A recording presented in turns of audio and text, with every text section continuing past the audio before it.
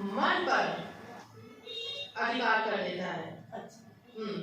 तो उसे लोग समझते हैं मन पे अधिकार कर लेता है, हमारा व्यवहार अस्वाभाविक हो जाएगा, अजीब अजीब सी हम बातें कर रहे हैं, ये लोग कहते हैं उसके आत्मा ने अधिकार कर लिया उसके शरीर पर।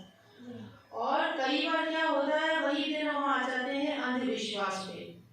तो कई बार वास्तव में मानसिक बीमारियां होती हैं, वास्तव में। तो मानसिक बीमारियों का जैसे कि मैंने बताया आपको कि अंधविश्वास, लोगों का स्वार्थ, तो बहुत ऐसे स्वार्थी लोग होते हैं जो कि उन मानसिक बीमारियों को कह देते हैं कि अरे इस पे तो भूत प्रेत चढ़ा हुआ है, ऐसा ऐसा करो, क्या क्या करो, पता नहीं चप्पल सुखाओ, क्या क्या करो, तो भूत प्रेत उतर जाएगा और परेशान किया जाता है। ऐसा कुछ नहीं होता, उसका मानसिक रोग और बढ़ जाता है और उसका पैसा कमा जाते हैं उससे। तो एक तो ये बात होगी। दूसरी बात क्या है कि आत्मा तो है ही है, ठीक है, ये तो बाबा जी ने भी कहा है। अब रही अगर मैं भूत प्रेतों की बात कहूँ तो भूत प्रेत इस रूप में ना भी है, लेकिन हाँ कुछ ऐसी शक्तियाँ तो होती हैं जो कि उनका अस्तित्व है। लेकिन अगर हम ईश्वर के अस्तित्व में विश्वास करते हैं तो ये भी चाहते हैं कि ईश्वर का अस्तित्व सर्वोपरि, उनसे ऊपर तो कोई नहीं है, हमारा समर्पण उनके चरणों में, तो हमारा कोई भी कुछ बिगाड़ नहीं सकता है। अब रही दुष्ट आत्मा की बात, तो दुष्ट आत्मा तो नहीं, वो परमात्मा का स्वरूप है, लेकिन हाँ ये अवश्य है कि जैसा कि बहुत पहले इन्होंने देशकाश में भी पूछा था, बहुत पहले मेरे मन में भी आया था, तो जो भी भगवान से प्रेरणा मिली यही मिली कि हर आत्मा को अलग अलग शरीर तो मिलते हैं, अलग अलग शरीर। जैसे भगवान का हम चाहते कोई भी कार्य निरुद्देश्य नहीं होता, तो आत्मा को जब शरीर दिया तो निरुद्देश्य रूप में तो नहीं दिया, उद्देश्य होता है। और आत्मा क्योंकि परमात्मा का अंश है, तो उस आत्मा का उद्देश्य भी यही होता है, धर्म की स्थापना करो, अच्छे कार्य करो, मानवतावादी कार्य करो, ठीक है।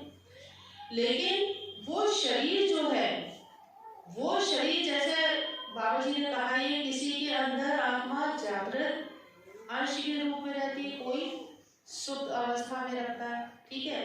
कब होता है, जबकि उस शरीर पर उसके स्वार्थों का ज्यादा प्रभाव होता है कि हम ये स्वार्थ पूरा करें, वो स्वार्थ तो ऐसे हैं जो कि कुछ अच्छा बुरा तो दिखाते ही नहीं है, कुछ भी हो हमारा स्वार्थ पूरा होना चाहिए। आत्मा की आवाज को दबा दिया जाता है, वो आत्मा उसी रूप में रह जाती है कि उसके शरीर को चलाने के लिए जीवनी शक्ति के रूप में रह जाती है। अब वो शरीर कुछ भी कर्म दुष्कर्म करता रहता है, मृत्यु को प्राप्त हो गया, आत्मा मुक्त तो हो गई, लेकिन मुक्त हो गई तो उद्देश्य, जिस उद्देश्य से उसे भेजा गया था, वो उद्देश्य तो वो पूरा नहीं कर सकी। तो उस उद्देश्य को ना पूरा कर सकने के कारण वो भटकना कहिए, जो भी कहना कहिए, मोक्ष को तो नहीं प्राप्त कर पाती है, उसे दोबारा वो शरीर फिर से दिया जाता है उद्देश्य को पूरा करने के लिए। और एक ऐसा भी होता है शरीर जो कि सत्कर्म करता है, अच्छे कर्म करता है, कम से कम प्रयास तो करता है। वो जब मुक्त होता है, वो आत्मा उसके शरीर से जब मुक्त होती है तो वो आत्मा परमात्मा में विलीन हो जाती है, उसका उद्देश्य पूरा हो गया।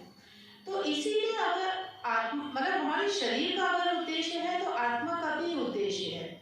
आप उसका भटकना कह लें, चाहे मुक्ति के लिए उसका कुछ क्षण रहना कह लें, और वो हमारे अगर पास आती है तो मुक्ति की कामना ही लेकर आती है, उससे भय नहीं करना चाहिए। अगर हम उसके क्षेत्र में कुछ ऐसा करेंगे जो सही नहीं है तो वो हमारे क्षेत्र में भी आएगी, तो भय नहीं करना है।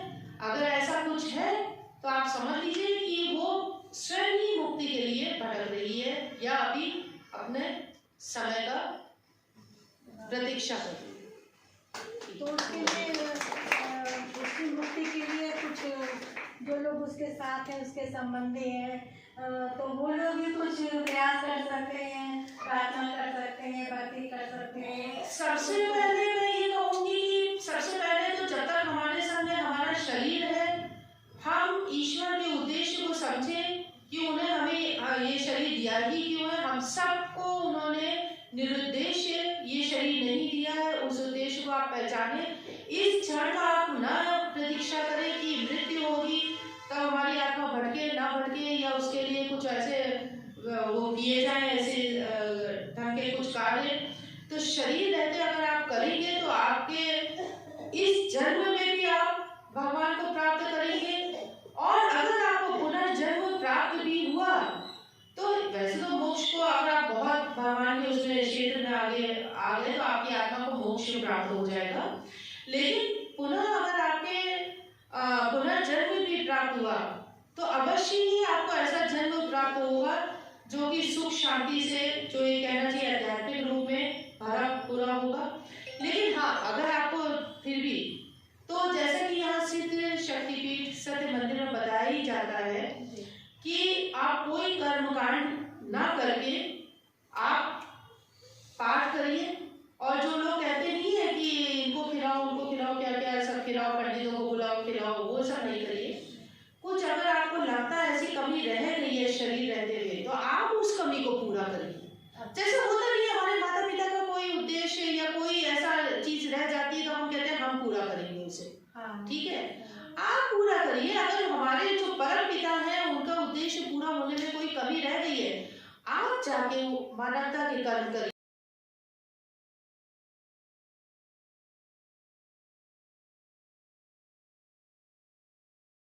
और मंदिर की सभी योजनाओं को आगे बढ़ाना हमारा धर्म भी है और कर्तव्य भी। अतः भगवान हमें इस कर्तव्य को पूरा करने की प्रेरणा और शक्ति दें, जिससे हम अपना कर्तव्य कर्म पूरा कर सकें। ओम शांति।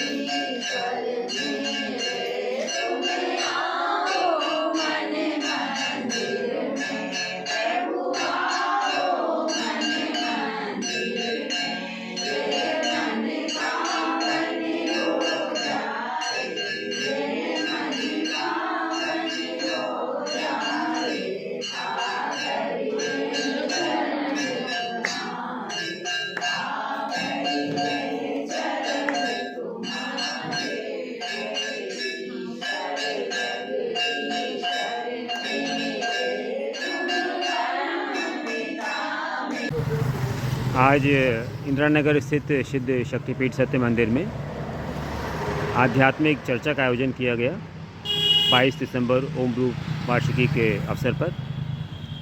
आप यहाँ पर आए, आपको क्या प्रेरणा मिली, क्या अच्छा लगा, कुछ इसके बारे में बताएंगे? ओम शिवरी, मेरा नाम सिद्धार्थ पांड्या है। मैं कानपुर से आया हूँ। जी। मैं यहाँ पे आता रहता हूँ। आज आध्यात्मिक चर्चा के दौरान जो श्रद्धा जी ने बताया उसको मैं एक चीज़ उन्होंने कहा कि जिस तरीके से संस्कार या वो दिए जाते हैं वही आगे तक जो है हमेशा वो रहते हैं। तो उन्होंने जो ये बात बहुत अच्छी कही कि बच्चों के ही बाल्यकाल से ही अगर हम उनको अच्छे संस्कार भगवान से जुड़ने की प्रेरणा ये देते हैं तो उसका प्रभाव आगे के जब वो बड़ा होता है तब उसके साथ रहता है, वो रहता है।